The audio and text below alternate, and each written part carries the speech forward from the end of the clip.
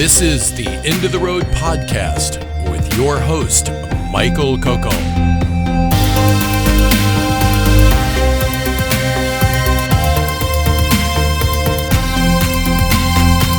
Exploring the horizons we never touch because we're already there.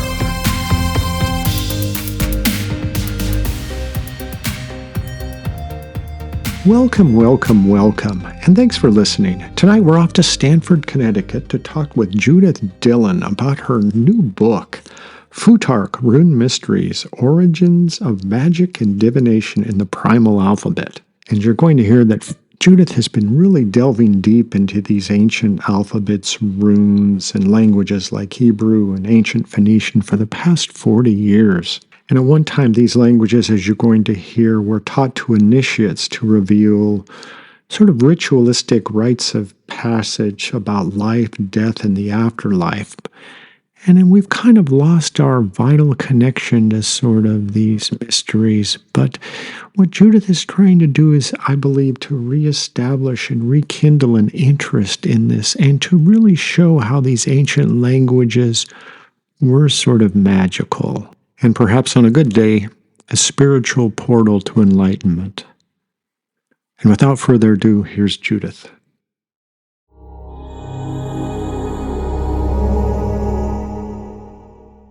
I really like the introduction to this book, and it's so simple but profound. You know, it talks about once there was no alphabet, then there was. And then, you know, in the second paragraph, You mentioned that long ago we knew a song to enchant a new world out of the dark. And isn't that what this alphabet is? Enchanting a new world out of the dark? Right. Well, the original alphabet, somebody about 4,000 years ago who was familiar with the Egyptian hieroglyphs, picture images, and the West Semitic language spoken by the people from Canaan, took some hieroglyphs, made very simple drawings of them, and renamed them in the Semitic language. Aleph is ox, Bet is house, which became our ABCs. But what was also brought up, attached, was a mystery tradition of return from the dark. The only event, after several hundred years of not being used, somebody attributed to a Phoenician named Cadmus the story as he stole the alphabet and distributed it to the Greeks and eventually all around the world, the ancient world, because each sound, like the Aleph could be a sound A, the B, sound B, so you could write any language. You didn't have to write a Semitic language. And the only alphabet that kept originally the shapes of the original alphabet and the names and the order was Old Hebrew. And Old Hebrew was the language that the Torah, the 5 books of Moses, was written in. And anyway, the early creators of the alphabet were worshippers of Baal, the bull of heaven. And the shape of the Aleph as the first letter and the last letter is an X shape. Those were 2 ways of depicting them on sky maps. You could still find it in books of astronomy. So when the Jews came back after being exiled to Babylon, nobody spoke Old Hebrew anymore. So they decided to change the Torah letters into the spoken language, which was Aramaic. But because they were so aware of the mysteries hiding in the alphabet's order, it wasn't translated into Aramaic. The letters of the Torah were literally replaced letter by letter by letter by letter. And the Torah can never be changed. It can never be, a Torah scroll is never translated. The letters have to be exactly the way they were written. And I kind of think that gave the idea that the shapes of the letters are totally irrelevant to a mystery tradition. What's important is the story they tell. Each letter is like a chapter of the passage through life, the afterlife. Right. Yeah. Well. Let's. Yeah. I mean, if you don't mind me stopping there. I mean, let's break this down. So first, we've got an oral tradition without any sort of symbols are recordings. And so we have a spoken language first, right? Right. Okay, These and are then literally enchantments. right, and then what comes next would be, uh, uh, for lack of a better word, hieroglyphics. Then, right, or pictorial, some sort of pictorial recording. Right. Okay, and so there seems to be like another transition then after hieroglyphics to something new, and that what I think is what's your understanding of sort of the different sort of magic involved between just a picture representative in a hieroglyphic, and then something that is going, that is more symbolic in letters or alphabets. Well, the alphabet that was created was very, very simply drawn. They're like little stick letters, a little shape like our letter A. Um, they were, whereas the hieroglyphs are beautiful. Right, But right. each people who write pictorial languages, like the Chinese or the Egyptians, a picture can have lots and lots of overlays of meaning. Um, and so, whereas the alphabet itself, once you write CAT, that's cat, it's period. But the original alphabet that came out, there's a name for each letter. And when you start looking at the names chosen for each letter, you realize there's a story, an unfolding story that develops. And as I say, eventually they realize that the shape of the letter or the image is totally irrelevant. It's the pattern that's important. So at some point after, as the alphabet started spreading, like an Irish alphabet doesn't use letters at all, it uses a series of slashes. And the direction of the slash shows what the letter is. But each letter is given a name, which means you can compare it to other letter series, like the runes. The Germanic people totally did not use the original alphabet shapes. They chose their own shapes, but each shape has a name to it, and so you can compare the shapes. So, you can compare the stories because the shapes are irrelevant. And you say in your book that the original alphabet was from the Phoenicians or Canaanites, correct? Well, it was spread by the Phoenicians. It was Okay. it was a Canaanite language, alphabet. The original names, which were kept by Old Hebrew, was a Semitic language. But once it spread, people could use their own, their own names.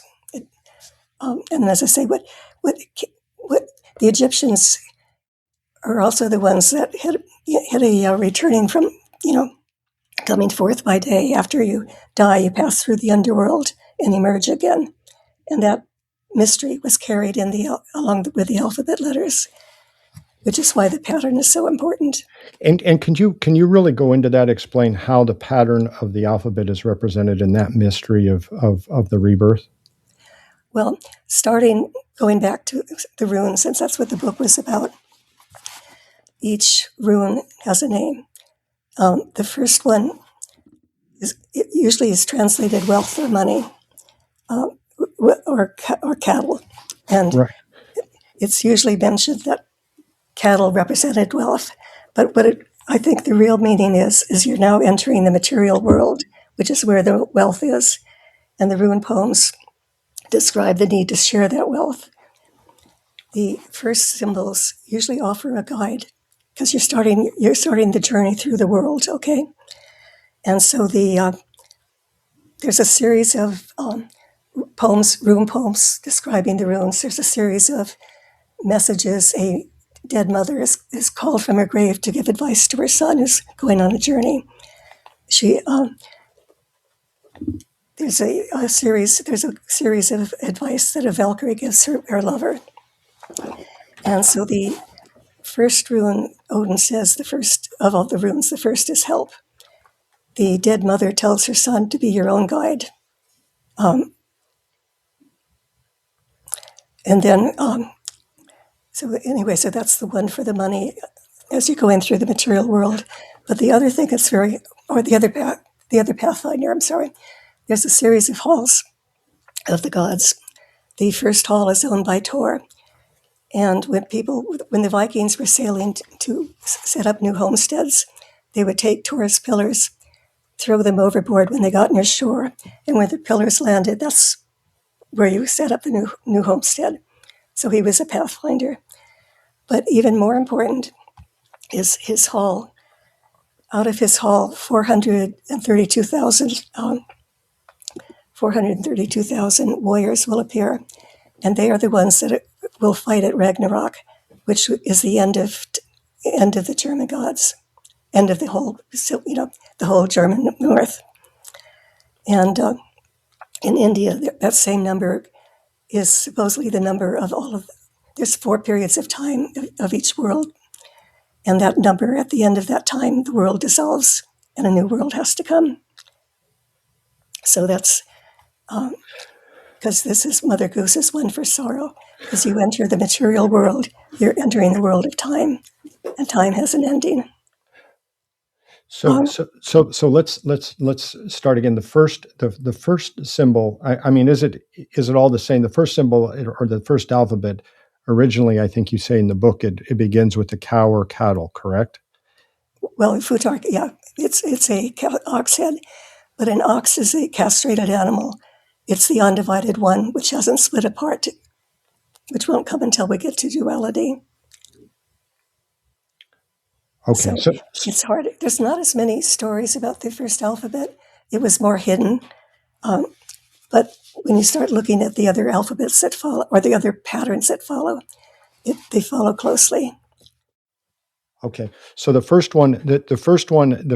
symbol is associated with descent into materiality, and then there's a split into duality. Right. The second one is the duality. Okay. Okay.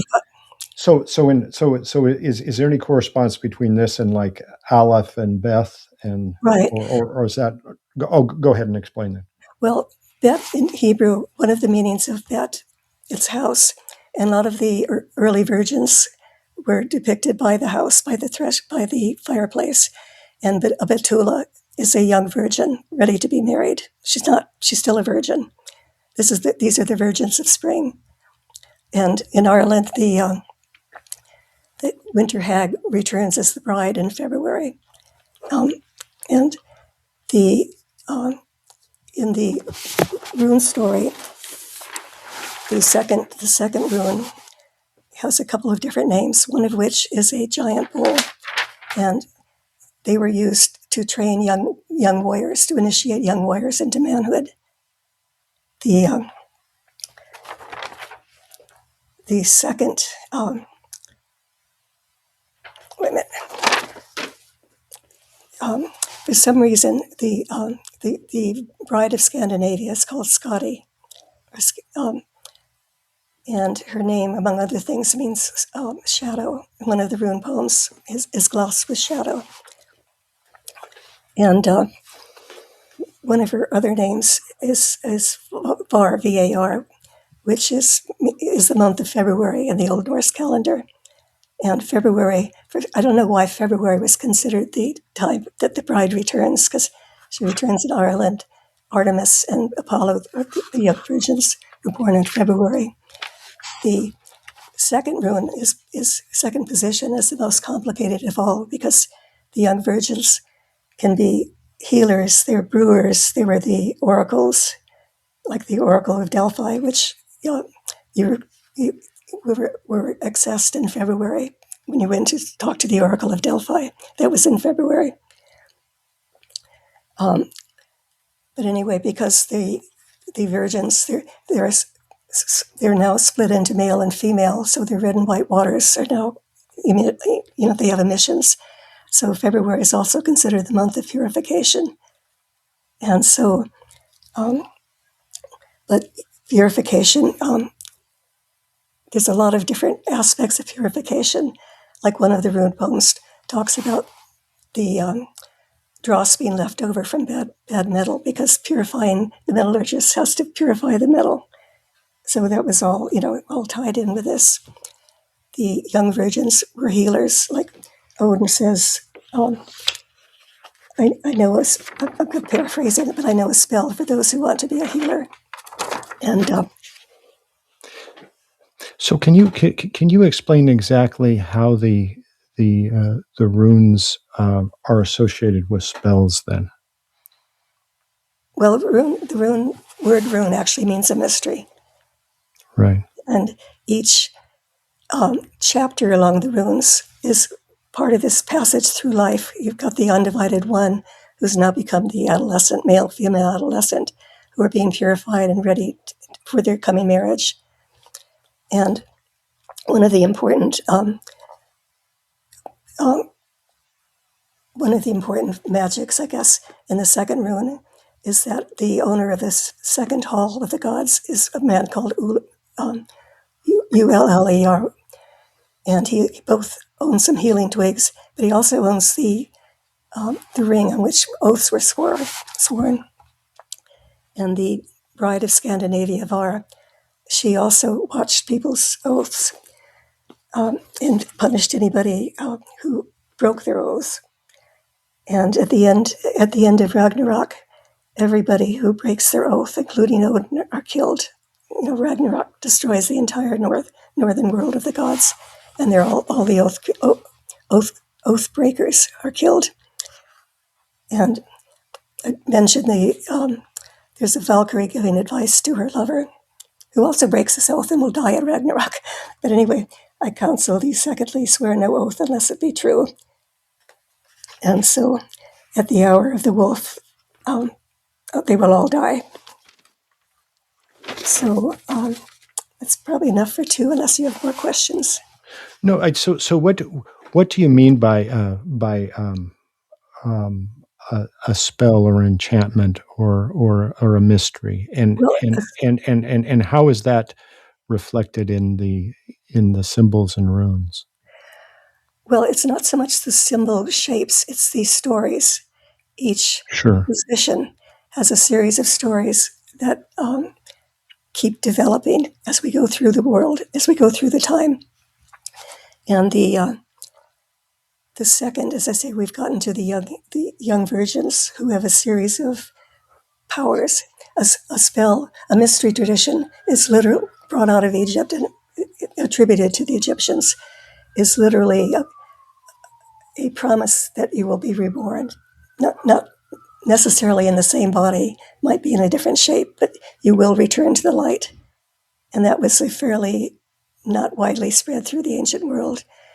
And the rune stories claim that some of the gods some of the heroes were reborn into a new shape, but then it became an old wives' tale. But originally, that promise of a return after death was part of the rune stories. Sure. And so the story itself, is there any sort of, and again, maybe I'm trying to get to this. What exactly is the power in the story? How is the story have any resonance with, with sort of the enchantment that you referred to in the first paragraph? Well, it's kind of a spell. It's literally things have to be in the correct order, or it's a misspell. Right. So it's kind of after I get to the fourth rune, somebody asked me how would I. I'm not a rune caster. I don't really do that stuff. But Sure. I'll do a pretend rune casting using the first couple of runes to make more sense. Okay, if that's all right. Oh, sure. Okay. Well, anyway, you've got the virgins who are now been purified. They're plighting their oath, which is put on this. The ring is put on the second finger in our society when people plight their oaths, getting ready to be married. And then you get 3 for a wedding. And the third rune is literally a prick. It's a thorn. It's the it's the sacred marriage, which usually happened in the old world, happened in March. The equinox in March was the sacred marriage between the priestess and the and the gods supposedly. And but when you get the Germans, Odin particularly used a lot of the runes, the magic associated. When you become pregnant, your waters are bound; they no longer flow. And so the witch wife called to give advice to her son. Says the third I chant, may flood and foam turn back to hell and dry up before you. This is the drought of March, because the magic of pregnancy is taken in a lot of different ways, but as a binder. And the Odin uses it, the magic, to. You're there again? Hello. Hello. Oh shit. No, I'm still here. I'm still here. Seems to have disappeared. All right. Anyway, he uses it as a binding rune to make fetters, to bind his enemies, make them blind, deaf. He owns it's called a triple bind, and there's other stories in there, but the object of these marriages was for impregnation, but it was used, in a lot of different ways, including, as I say, bind runes for a warrior. And then finally, we'll go moving on to the for a birth, because if you're going to have a birth, you have to literally unbind the waters. And after the drought of March, you get the April showers, which is now our 4th month. And the 4th symbol among the runes is os, which means both mouth, and it's the opening of the way of all journeys. Among the Greeks, that letter is called a delta. And when you get the arrow of the sea going down, arrow of the rivers going down to the sea, a delta is actually birthed. A D-shaped new land is given birth or appears. So a lot of times. So what about? I mean, you've spent 40 years researching these runes and alphabets. What about them draws you to them so profoundly? Well, I kind of like knowing how things are done. I'm not really a rune caster. I sometimes use tarot cards for meditation, or learned how to read some of the Irish script. But it was more, I find fascinating how consistent the stories are, that people who have been initiated into these stories are very aware of the pattern. And so in the sagas, all these people that are giving advice, they're giving the advice in the same pattern, like whereas I say the oath of the second, where the Valkyrie says, don't swear anything that's not true. And so the 4th hall is owned by a goddess named Saga, which means story, probably means story, and Odin, and it's a watery hall, because these are the April, the waters are being let loose so you can have the birth. And the 4th position is usually associated with the sun and the moon that are created on the 4th day of Genesis. It's associated with rulers, kings or emperors. Like Jupiter is the astronomical symbol for Jupiter is actually what we use for our number 4. And under one of the rune poems, the little explanation for that particular rune is Jupiter. And Michelangelo, painting on the Sistine Chapel, he had something to do with mystery traditions. God is creating Adam with his forefinger, which is the 4th finger, Jupiter's finger. Anyway, as I say, it's each.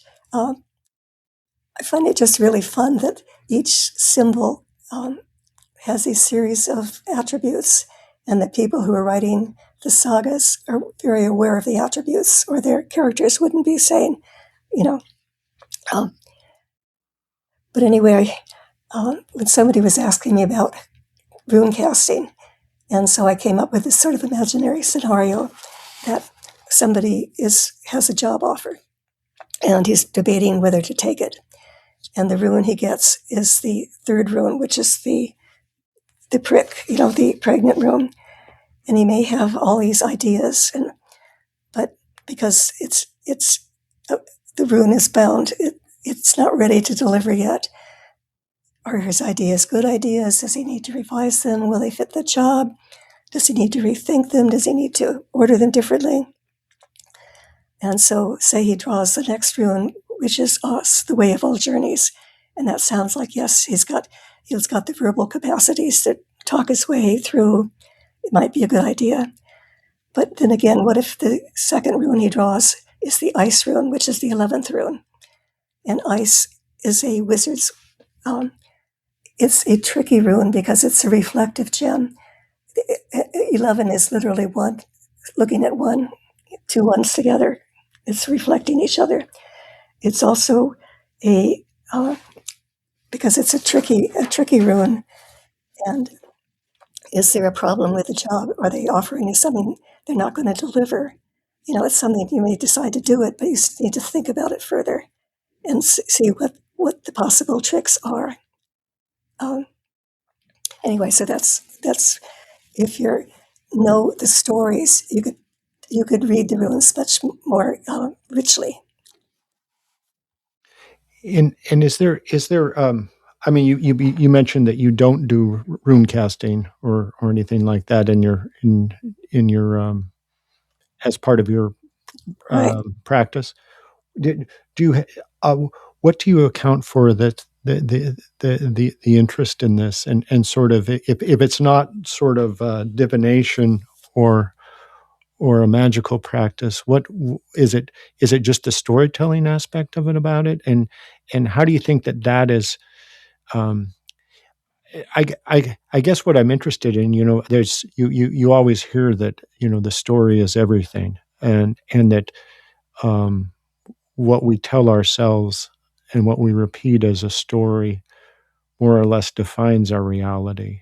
And so, is it? I'm just trying to sort of get an intuitive sense about or to put myself in the world about when people were using these original alphabets and original languages, how they were working with them, and how that might be different now and how we use sort of an alphabet. Well, we're not really initiated into mysteries anymore. The Greeks were, obviously the Germans were, the early Irish were. They believed in reincarnation. For me, it's the stories that I find fascinating, and the fact that the stories, despite these very different cultures, the stories, because of the original template, have remained remarkably consistent. And in the runes, the first 8 runes are considered belonging to Frey, who was a god who kept the world healthy, rich, satisfied. And during his 8 runes, you're born into the world, you meet your lover, you have pregnancy, you're pregnant, you give birth, you pass on the wisdom in the 5th rune, which I won't go into all the other runes, midsummer marriage, which is the 6th. And then eventually you get to the 8th rune, and it belongs to Hel, which is the goddess of the underworld. And the mother who was giving advice to her son were the drawing up the waters and sending them back to Hel. Hel's womb, there are 3 wells under the world, the world tree, the North World Tree. And under each root, the well under Hel's root is where all the waters of the world come from, all the rivers, the oceans.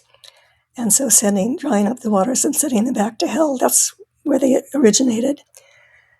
The early creators of the alphabet, and followed by these people were astronomers, and the 9th position were entering the underworld, like the autumn equinox, the sun has actually lost his battle with the light.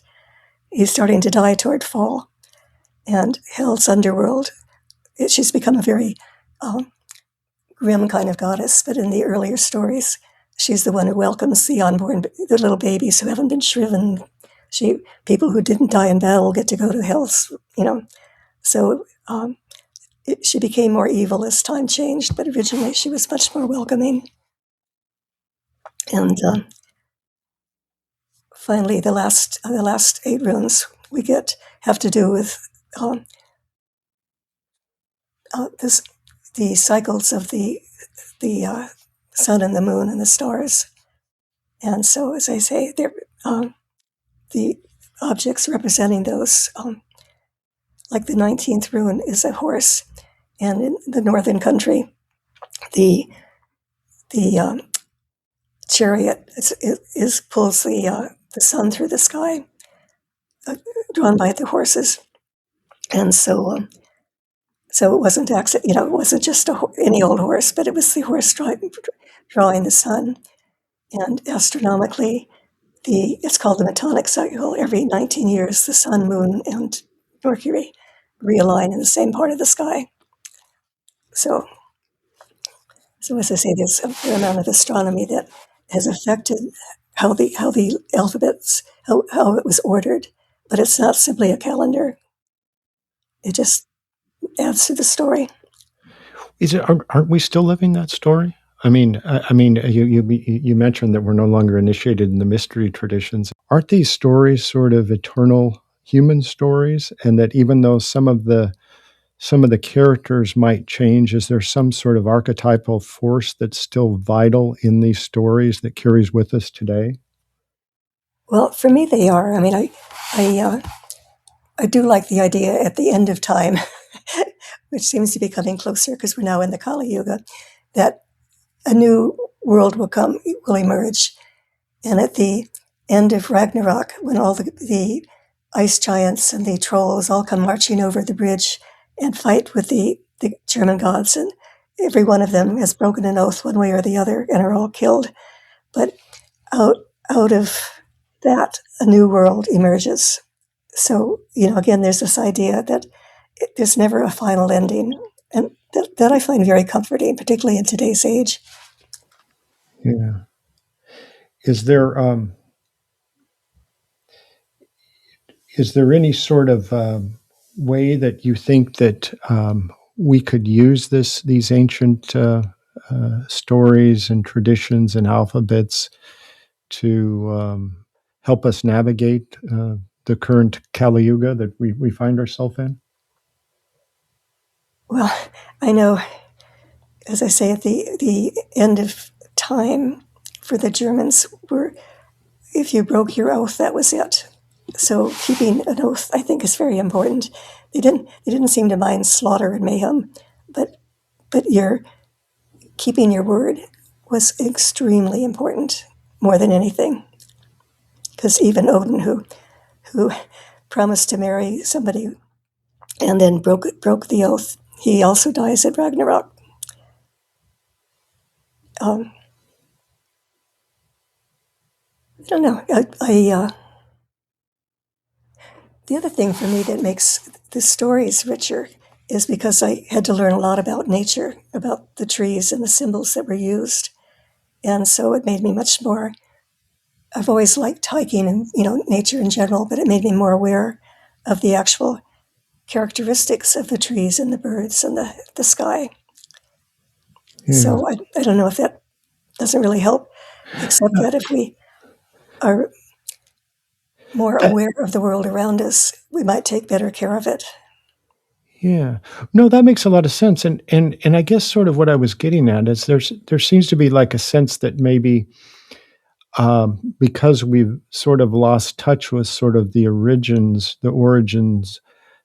myths, the stories associated with the alphabet, and it just becomes sort of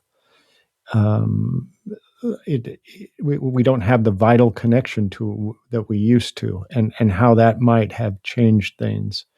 And it seems like that may be a good a good reason that you're sort of diving into this to sort of revitalize our, our life and experience of life with sort of the way that ancient people experienced it through these simple and fundamental stories and myths. Yeah, the only current people I know are the Jews studying the Torah, because there's a whole series of secrets hidden in the Torah itself.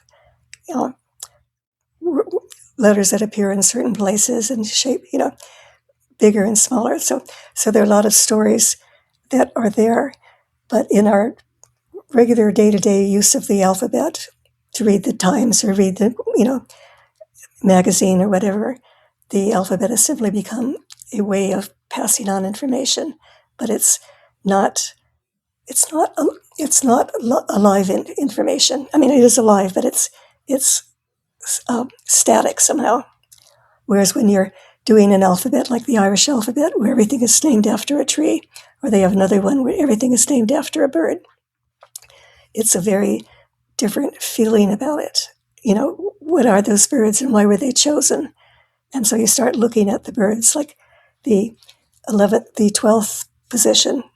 Okay, again, in terms of the sun, on the 12th night, the sun literally gets as far south as he's going to go, stands still in the winter solstice, and then reverses and heads back the other way towards summer.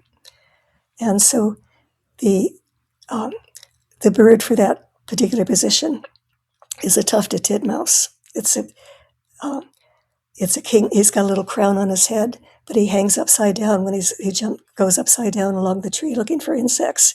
So it's chosen, obviously, by somebody who realized the solstice is the reverse. And we've kept some things, like one of the old names for God was El, Paul El, or just El Elohim. And that's our 12th letter in English is still El, literally El. So, so stuff like that makes it, to me, a little more exciting to know where some of this, came and went. Yeah, and going back to your original, the original magic of the language about enchanting a new world out of the dark, and the whole idea of a spell of, I'm just trying to get a sense of what exactly is going on that we've sort of lost with the idea of spelling. And I know we think of spell of literally, how you construct a word with the different letters is how you spell it. But there was sort of the idea of, like casting a spell that I think is what you're saying has been lost, perhaps, to some people. Right. In some cultures. The richness of thinking about the letters has been lost. Yeah. So I guess, and when I first started learning this stuff, I hadn't a clue what I was doing. So that's why it took so long to figure out what the original alphabet was, and had to learn all these other patterns along the way so I could compare them and then realize, oh, they're using different languages, different shapes, but they're all saying the same thing. Using it for different purposes, like the third spell of pregnancy, Odin uses it to fetter his opponents, whereas a housewife wanting a baby is hoping to have a full womb, to bind it that way. So there's like lots of levels, but it makes it more fun to think about the levels once you know them. But it's more than just fun. I mean, at one point, did these cultures literally try to manifest? I'm trying to think of the word now. Is it manifest? That, I mean, no, they really did. I mean, people carved, like the runes, because they're associated with the return from the dead or a memorial for the dead. A lot of the rune stones were carved by bridges or by paths, and they so and so, this is erected to so and so who died such and such a time, in runes. And the same with a lot of the Irish script. They were markers for borders, literally between two territories. and they were also used kind of as memorials for the dead, with the dead person's name inscribed on it. Yeah. And so I think they really, hoped that, that there was certain magic there. It wasn't just, it wasn't just a weeping angel. It was something making something return, not maybe in their own lifetime, but at some point. Yeah.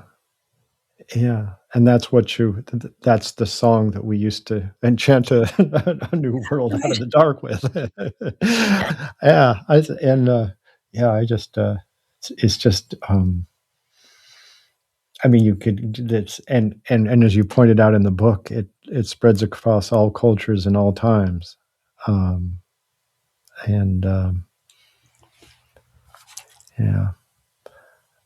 Anyway, I think the one thing to me is very sad is that because we've lost touch with nature, we are pretty much indifferent to the world around us. We're paving over the rose garden. We're paving much of everything we can. And so because things are so paved, you get these floods because the earth can't absorb it anymore. We, bottle up the dams so the fish can't go upstream, and people are taking some of the dams down, but some of them people are still fighting to keep them, even though,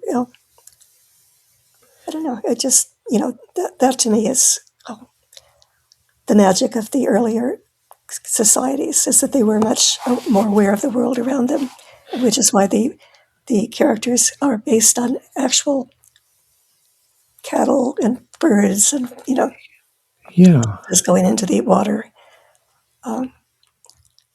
Yeah, and to have, and you mentioned in the book that some cultures, the first letter of the alphabet was the cow, which would be, cows.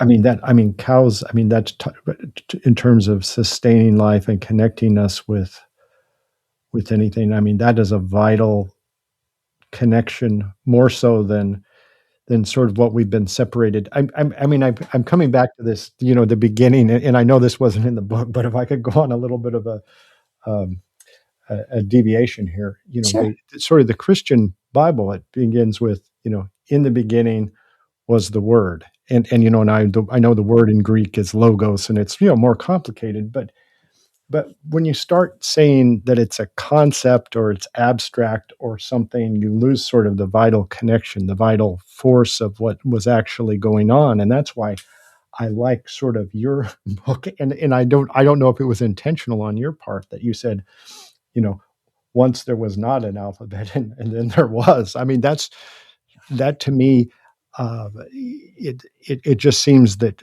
the alphabet existed before the word. Or logos or reason, Right. and because there was a direct vital connection with what was going on. And it's only when reason and logic come in, and that's a way of separating ourselves from this vital connection, perhaps. And obviously we've gained something from that. I wouldn't be talking to you now, but we've also lost something. And Well, in terms of the word, the fourth letter, which is the way of all journeys, and the os is literally the opening to a woman's womb, but it's also another word that was used for rune was Ansus, which usually is translated as a male god, but according to the dictionary, it was actually a female version of a goddess. And I think in that particular thing, I talk about that the world is now made manifest by, I forget the phrase, but it's spoken into existence as opposed to delivered into existence. Yeah, and there's a big difference in that, and Right. because men can't deliver it into existence as well as women can. You're welcome to, though. Yeah, they're welcome to, but good luck with that. You talk about the Phoenicians, the Canaanites, and how that sort of transferred into the Cyclops masonry that existed, and how that sort of all got going. Well, the Canaanites or actually biblically are the children of Cain, who had a mark saving him from death. And the Semitic language out of Egypt was a Canaanite language, was a Canaanite script, or begun by the Canaanites, who were Baal worshippers. But when the alphabet was carried to Egypt by a man called Cadmus, whose heritage included the River Nile and also the Canaanites, the Greeks, who were really excited about the mystery traditions, changed the name of the Canaanites to Phoenician, because the Phoenician is the firebird who rises from the ashes. And part of the mystery traditions in Greece all had to do with going into the underworld, getting some kind of initiation. Some of them were elaborate, lasting for days, and then being promised that they'll return after death. They won't go down into this very gray Greek underworld, which had nothing going for it. Once you cross the river, you're just like hanging out as sort of hungry ghosts with nothing to do. And so the mystery traditions promised more, like Orpheus, the god Tor, came from where the Eleusinian mysteries were practiced in Thrace. There are little mystery traditions all over. Pythagoras was part of the mystery tradition, and who may have been Phoenician, supposedly traveled as far as India. As I say, these are myths, but anyway, that's so the Greeks particularly loved the mystery traditions, and which is why the Phoenicians got their name. And then as the alphabet traveled, different people, as I say, some realized they didn't need to use the original alphabet shapes; they could just design their own. But they all follow the same pattern, which again is the one I call a spell, that it has to be in this order: the material world and splitting apart, and getting, for the humans to get married and have their child and deliver the child. And then the fifth rune is a circular rune. Once you have 5 points, you've got a circle, and it had to do with the distribution of knowledge, like among the Jews after the 5 books of the Torah were given. There was a mandatory pilgrimage to the temple before it was destroyed. And it was actually, the pilgrimage was called a leg, after the legs. The Christians, after the Spirit came down at Pentecost, they all started speaking in tongues, and also went out. That's when the Arthur's knights went on their voyages, took off. In the rune poem, the 5th rune, the rune poem talks about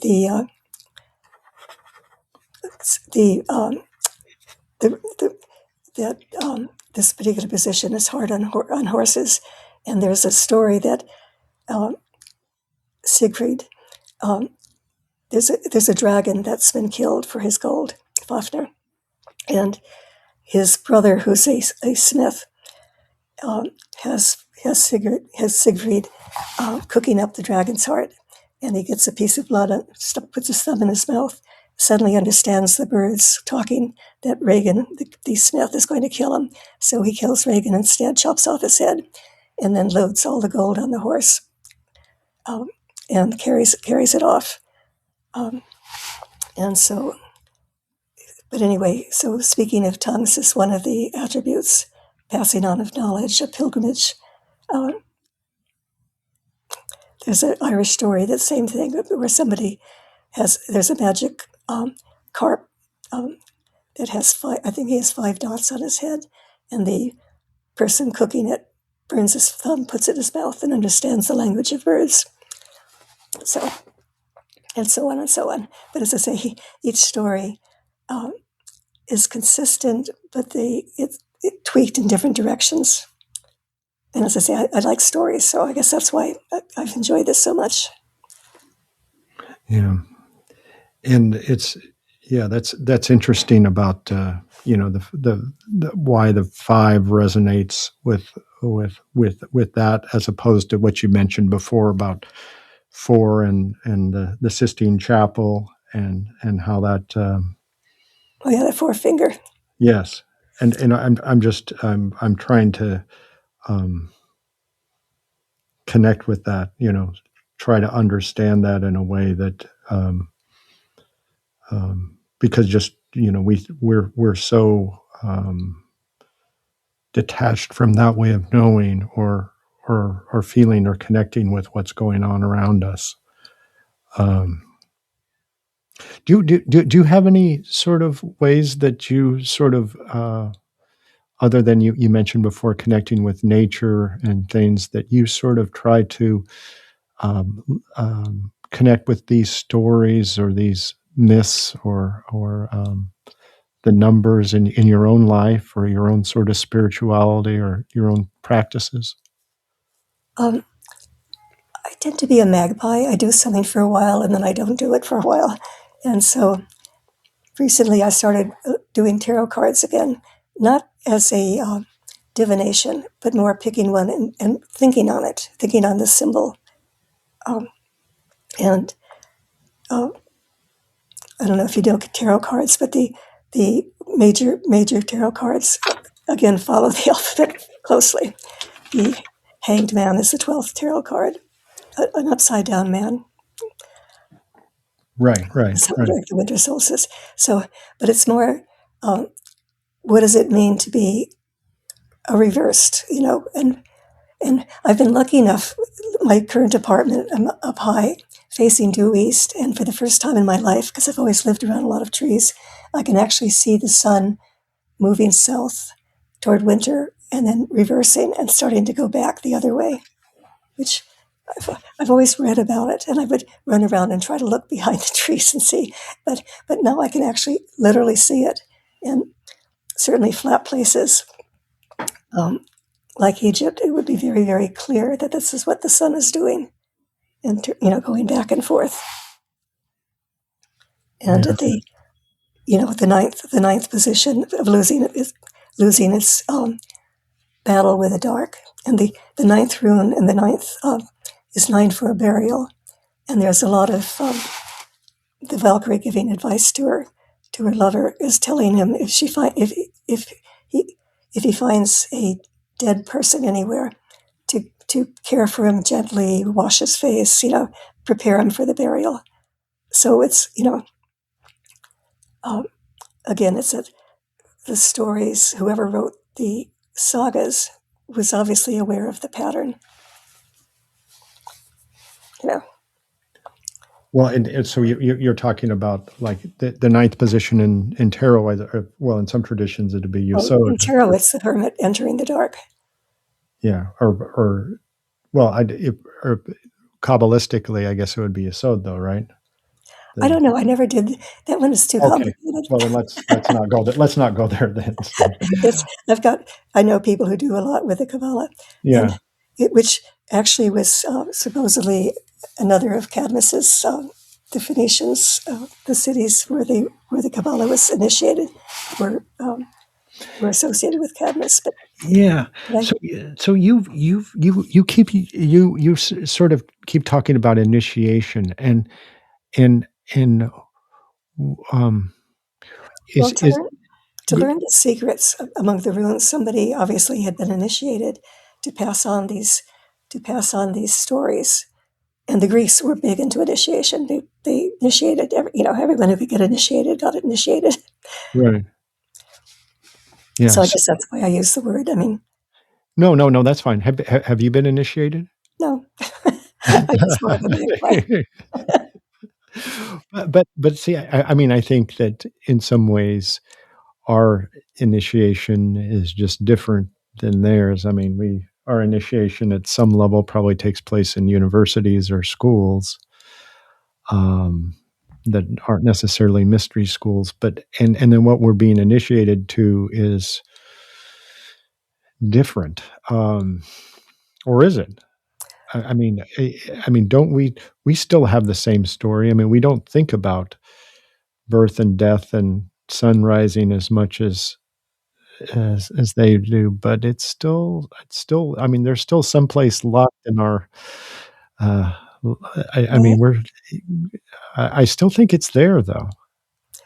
Well, they're now doing all these studies that people who are depressed should go out into the woods, and hang out. There is a lot of healing in nature that we've just lost sight of. And one thing that made it kind of easy for me is I didn't grow up in one culture. My father was in the army. We moved around a lot. Um, they were not religious people, and so um, I could sort of see the similarities between what seems to be vastly different stories, different cultures, and that they're saying the same thing, just using different words. So, Yeah, yeah. And then that would be, what do you think that says about humans, that we do have this uh, conversation going on across the cultures that seems to have the same resonance points, or the same interests, and the same stories, perhaps? What do you think that says about us? well, partly I think humans are intensely flexible.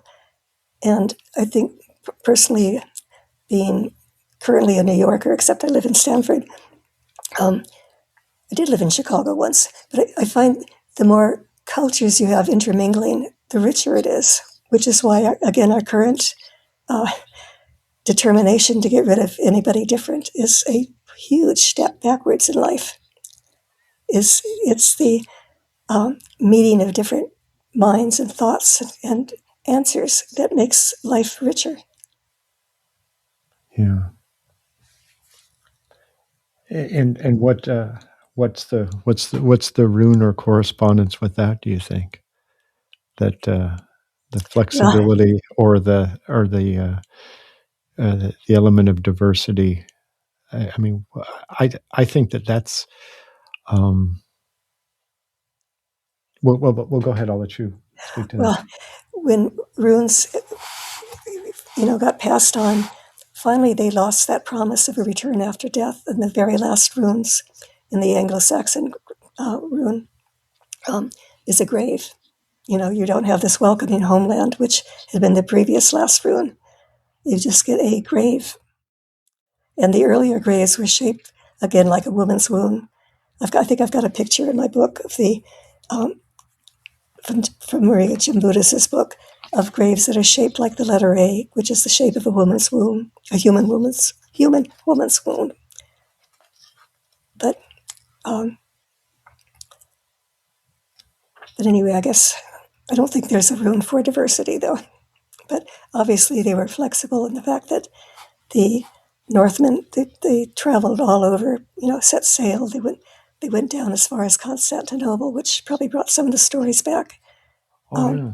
And the Phoenicians got around the Mediterranean too, so yeah, maybe that's our rune, that the people that are um, creating and living out these cultures, and enriching them, are the travelers. The people that have been exposed to the other cultures, like you've mentioned. right. Yeah, the Phoenicians could probably went all over the world, certainly to Brittany and to the north, and the Scandinavians went to Iceland and Greenland and Canada. Yeah, and And the Hebrew people, they experience different cultures, right often, and along the way, right? not the way they wanted to. Yeah, yeah. So maybe that does say something about um, Yeah, what's going on with us. yeah. Diversity is, well, again, really important. Yeah. Is there anything else that you would like to discuss about this book that you think would be important, or how do you think people can use this book to sort of enrich their understanding of the stories and cultures you've talked about? Well, I kind of footnoted up the wazoo every uh, quote that I had, so people who are scholarly can't. I'm not channeling my book. I actually tracked down the various quotes from the original quotees, whatever. Um, One person said, "Well, how do you cast runes with it?" And I say, "That's not really my interest. But if you know the stories, you can get a much deeper understanding of the rune that's cast." because it's not just a simple answer. You've got multiple choices. It's like a tarot card. The picture can be applied in a lot of different ways depending on what the question was. And I think a person who's serious about using runes as divinations needs to be aware of the various layers of meaning. Yeah. So, yeah, that's about. I don't think I have anything else. Yeah, it's kind of interesting that we think of divination, I think, differently than the way these ancient cultures did, perhaps. And they were sort of more just kind of getting through the day with them, not so much that foretelling the future, but having a direct effect on what happened next in their life. And so they would cast a spell, perhaps. They would spell. Right. And I think they really believed in what they were doing. I mean, it's, particularly when you get into reddening the runes with your own blood, et cetera, et cetera. Yeah. But Yeah. our own, well, certainly the neo-pagans or whatever you call, some of them seem very serious. Some of them it seems like almost like a toy. But that's their issue, not mine. Yeah. Well, thanks, Judith. If people are interested in connecting with you and sort of your work and your 20-something pages of footnotes that are non-channeled in this book that you've talked about, how should people connect with you and your work and interests? I've got academia.edu. I've got a few papers. The things that I had published, I have to take the books off that. I wouldn't mind having my email address. If you want to attach it to this podcast, I'd be glad to answer questions or talk to people or answer questions anyway, or discuss things further. I'm sure that people, if they wanted to do a deep dive on specific, they might have questions on this, any number of the specific runes that you've talked about here, that you've kind of done a deep dive in the book, and it looks like you go through 24 of them, right? And through the beginning, and so I think it would be very much of a resource to people that are interested in sort of establishing a more primal connection with the stories that have sort of shaped us. Yeah, I'd be happy to if you want to put my email. And the other thing, if anybody orders the book, if they live overseas, out of the U.S., I discovered it's extremely expensive to mail books from here, but they can order it from their local bookstore and save the shipping. Oh, yeah, great. Yeah. Yeah, no doubt. I had no idea, but it's evidently like more than the cost of the book to ship it overseas from inner traditions or. Yeah, and you also have another book, a previous book called Alphabets and the Mystery Traditions, right, as well. Yeah, and so that's that where is I explained my original research, and also footnoted up the wazoo because so, the academics have their own niche, but I figured, yeah. But as I say, I kind of a magpie, and I kind of like learning things, and it for me it's been fun. Doing the research and thinking about it, and tracking down the various details and quotes. So anyway, it's very nice to have met you, though. Well, it's nice meeting you, Judith, and I wish you best of luck with this. And is there another book that's going to be forthcoming in the future on the next number sequence, perhaps? Well, it's not going to be. I actually have finished it, but I have to wait till this one a little further. Sure. Oh, yeah. Okay. It's on the Hindu. In India, the astrology is different than ours, and the moon has 27 wives, and to keep them all happy, he has to visit each wife. as he travels through the sky. Obviously written by a male. Right. Well, one of the wives is his favorite, but he has to, Yeah. has to keep the others happy too. So anyway, but within these travels, there's a series of stories again that are attached to each particular house and festivals that occur during that particular time, and uh, uh, you know, again, periods, mostly festivals that appear when the moon has passed through this particular group of stars. So, anyway, that's what that book is about. All right. So you're heading further east on the next one. Right. Well, I didn't have anything else to say about the alphabet, but what was interesting, which is why I'm so up to date on the Kali Yuga, is that it began. I don't know if you've heard. There's a great war in India called the Mahabharata. Yes. Okay. Well, in the Mahabharata, Lord Krishna is killed, and that's when the Kali Yuga begins. Mm-hmm. And his heart is saved though, and there's a machine called a juggernaut, which is brought out periodically, and that's where Lord Krishna's heart is within that statue.